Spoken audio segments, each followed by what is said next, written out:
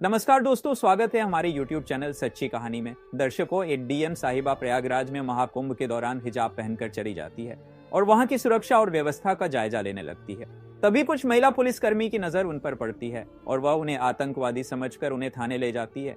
कौन थी वह डीएम साहिबा और क्यों वह हिजाब पहनकर महाकुंभ में गई, सच्चाई जानने के लिए वीडियो को अंत तक जरूर देखना। वीडियो को शुरू करने से पहले आपसे एक रिक्वेस्ट है कि वीडियो को लाइक और हमारे चैनल सच्ची कहानी को सब्सक्राइब करना मत भूलना। दर्शकों, प्रयागराज में महाकुंभ के दौरान सुबह का समय था और डीएम साहिबा यानी कि जिला अधिकारी खुद मैदान में थी। उनका नाम सीमा अंसारी था। अपने काम के प्रति ईमानदारी और सख्ती के लिए वह जानी जाती थी।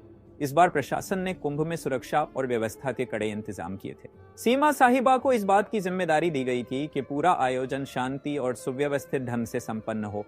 सीमा साहिबा को आमतौर पर सूट या साड़ी में देखा जाता था, लेकिन इस बार उन्होंने अपने धर्म और संस्कृति को ध्यान में रखते हुए हिजाब पहन रखा था। वैसे तो वह इसे निजी समारोहों में पहनती थी, लेकिन आज का दिन खास था। वह गंगा घाट पर निरीक्षण के लिए आई थी और हिजाब के साथ हल्के रंग का कुर्ता पहना हुआ था।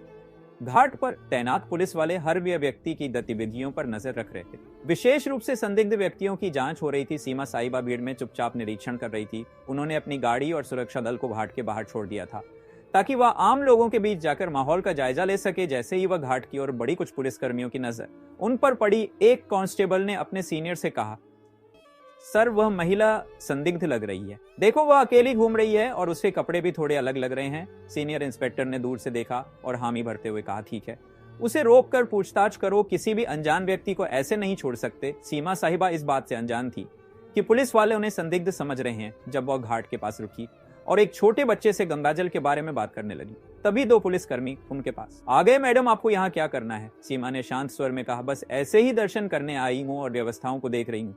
पुलिसकर्मी उनकी बातों को नजरअंदाज करते हुए बोले, आपका आईडी कार्ड दिखाइए। सीमा ने मुस्कुराते हुए जवाब दिया, आईडी कार्ड तो मेरे पास है, लेकिन आप ये क्यों पूछ रहे हैं? यह सुनकर पुलिसकर्मी थोड़ा सख्त हो गए। आप आईडी नहीं दिखाएंगी तो हमें आपसे पूछताछ करनी पड़ेगी। आप अकेले क्यों घूम रही हैं? सीमा को समझ नहीं आया कि बात किस ओर जा रही है।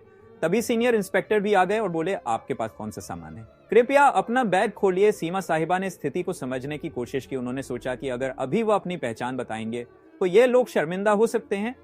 इसीलिए उन्होंने पहले पुलिस कर्मियों की गंभीरता को परखने का मन बनाया। उन्होंने शांति से कहा, आप जो चाहे पूछ सकते हैं, मैं यहाँ किसी गलत इरादे से नहीं आई हूँ। पुलिसकर्मी अब पूरी तरह से शक के घेरे में आ गए। उन्होंने सीमा का बैग ले लिया और जांच शुरू कर दी। इसी दौरान एक अन्य पुलिसकर्मी ने कहा, इन्हें थाने ले चलते हैं, वहां पूरी पूछताछ करेंगे। घाट पर खड़े लोग इस नजारे को देखने लगे। किसी ने कहा, लगता है कोई संदिग्ध है, देखो पुलिस वाले कितने गंभीर हैं। सीमा साहिबा अब तक शांत थी।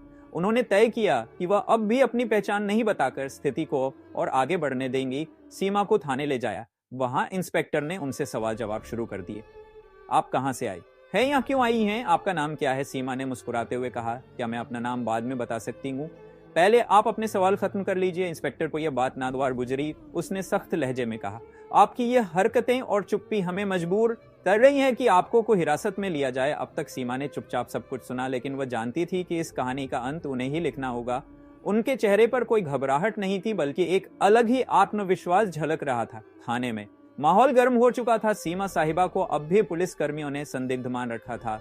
सीनियर इंस्पेक्टर ने बाकायदा उन्हें एक कुर्सी पर बिठाया और आसपास के पुलिस कर्मियों को निर्देश दिया, इनसे सख्ती से पूछताछ करो। जब तक पूरी जानकारी ना मिले इन्हें यहाँ से जाने मत देना। सीमा साहिबा को यह सब थोड़ा मजेदार लग रहा था। वो सोच रही थी कि पुलिस का यह कड़ा रवैया उनकी व्यवस्था का ही हिस्सा है और यह देखना उनके लिए किसी अनुभव से कम नहीं था। हालांकि ये बात भी समझ में आ रही थी कि अब समय आ गया है कि वो अपनी असली पहचान जाहिर करें। इंस्पेक्टर ने एक और सवाल किया, आपके पास महाकुंभ में घूमने की अनुमति है या नहीं? सीमा ने हल्की मुस्कान के साथ जवाब दिया, मैंने अनुमति ली है, लेकिन शायद आप मुझे पहचान नहीं पा रहे हैं। इंस्पेक्टर का गुस्सा बढ़ता जा रहा था। पहचान, हमें आपकी पहचान से मतलब नहीं है। सीधे सीधे अपनी आईडी दिखाओ और ये बातों का गोलमोल जवाब देना बंद करो। सीमा अब भी अपनी जगह पर शांति से बैठी थी। तभी उन्होंने अपने बैग से पानी की बोतल निकाली और पूछा, क्या यहाँ पानी मिलेगा या खुद पीने के लिए लाना होगा? यह सुनकर एक कांस्टेबल झुंझुला गया, मैडम, ये कोई पिकनिक स्पॉट नहीं है, आप जवाब दें, वरना ये नरमी हम और नहीं दिखाएंगे। सीमा साहिबा ने आखिरकार कहा, अच्छा चलिए, आपको अपनी पहचान बताती हूँ, लेकिन इसके बाद आप अपनी टीम को बताना है कि पहले किसी के साथ ऐसा व्यवहार ना करें। यह सुनते ही इंस्पेक्टर को थोड़ा झटका लगा। उसने सीधा सवाल किया, कौन हो तुम और किस अधिकार से हमें सिखाने की बात कर रही हो? सीमा ने अपने बैग से अपना आईडी कार्ड निकाला और मेज पर रख दिया। उस कार्ड पर साफ लिखा था, सीमा अंसारी, जिला अधिकारी हरिद्वार। इंस्पेक्टर का चेहरा सफेद पड़ गया। वहां मौजूद अन्य पुलिसकर्मी भी एकदम चुप हो गए। कांस्टेबल, जो अभी तक सबसे ज्यादा बोल रहा था, धीरे धीरे पीछे खिसक गया। इंस्पेक्टर ने कार्ड उठाकर देखा और उसे बार बार पलटा। आप डीएम साहिबा हैं, सीमा ने शांतिपूर्वक कहा। जी हाँ, मुझे लगता है अब आप समझ गए होंगे कि मैंने अपनी पहचान पहले क्यों नहीं बताई। मैं सिर्फ ये देखना चाहती थी कि आप लोग अपनी ड्यूटी कितनी ईमानदारी और सतर्कता से निभाते हैं। और मैं कहूंगी कि आप लोग बुरे नहीं हैं, लेकिन सावधानी में भी थोड़ा संतुलन होना चाहिए। इंस्पेक्टर ने तुरंत खड़े होकर माफी मांगते हुए कहा, मैडम, हमें बिल्कुल अंदाजा नहीं था कि आप ही हमारी डीएम साहिबा हैं। आपकी वेशभूषा और अकेले घूमने का तरीका थोड़ा असामान्य लगा, इसलिए हमने आपको रोका, लेकिन हमारा मकसद केवल सुरक्षा था। सीमा ने जवाब दिया, मुझे पता है आप सभी अपनी ड्यूटी कर रहे थे और मैं खुश हूं कि आप चौकन हैं, लेकिन ध्यान रखें कि अगर कोई महिला या आम नागरिक आए तो उनकी बातों को भी ध्यान से सुने। हिजाब या किसी के कपड़ों के आधार पर अंदाजा लगाना हमेशा सही नहीं होता। इंस्पेक्टर ने तुरंत थाने के स्टाफ को निर्देश दिया, साहिबा के लिए चाय पानी लाओ और तुरंत उनकी गाड़ी मंगवा। सीमा ने मुस्कुराते हुए कहा, नहीं, इसकी जरूरत नहीं, मैं तो ये देखने आई थी कि हमारा प्रशासन कैसे काम कर रहा है और मुझे खुशी है कि आप लोग काम कर रहे हैं, लेकिन याद रखें, हर बार शक की बिना पर किसी को आतंकवादी या अपराधी मान लेना उचित नहीं। ये बात सुनकर इंस्पेक्टर ने सिर झुका लिया। आपकी बात सही है मैडम, हमें इस पर काम करना होगा, सीमा ने हंसते हुए कहा। काम तो ठीक है, लेकिन अब मुझे मेरे काम पर वापस जाने दीजिए और अगली बार किसी से बात करने से पहले उसकी बात को ध्यान से सुनने की आदत डालिए। थाने से बाहर आते समय कुछ पुलिसकर्मी और कर्मचारी उनके साथ घाट तक गए। वहां मौजूद लोग अब भी उन्हें देख रहे थे। कुछ लोग कानाफूसी कर रहे थे कि यह वही महिला है जिसे पुलिस ने पकड़ा था।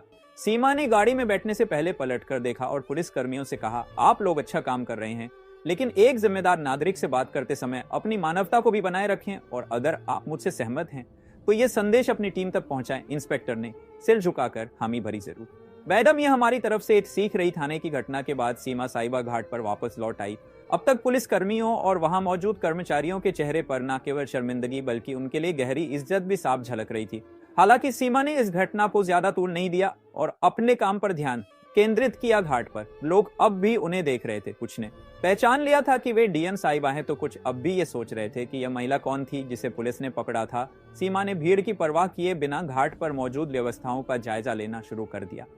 दोपहर तक यह घटना पूरे पुलिस महकमे में फैल चुकी थी। जिले के एसपी तक बात पहुंची और उन्होंने तुरंत थाने के इंस्पेक्टर को फोन किया।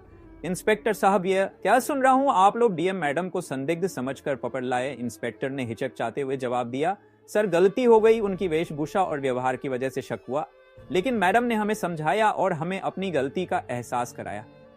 एसपी ने कड़े लहजे में कहा, सावधान ठीक है, लेकिन अगली बार ऐसा कुछ हुआ तो इसका अंजाम भुगतने के लिए तैयार रहना। अब तुरंत अपने स्टाफ को इस मामले पर संवेदनशीलता से काम करने की ट्रेनिंग दो। इंस्पेक्टर ने हामी भरी और ठान लिया कि अब से वह और उनकी टीम हर संदिग्ध को इंसानियत के साथ ट्रीट करेंगे। इस घटना के कुछ दिनों बाद सीमा साहिबा ने प्रशासनिक कर्मचारियों और पुलिस बल के लिए एक छोटी बैठक बुलाई। इसमें उन्होंने सीधे शब्दों में कहा, मुझे आप सब पर गर्व है कि आप लोग कुंभ जैसे बड़े आयोजन को संभाल रहे हैं, लेकिन मैं आपसे एक बात कहना चाहती हूँ, कानून के पालन के साथ साथ हमें अपनी मानवता भी बनाए रखनी होगी। हर व्यक्ति पर शक करना जरूरी नहीं है।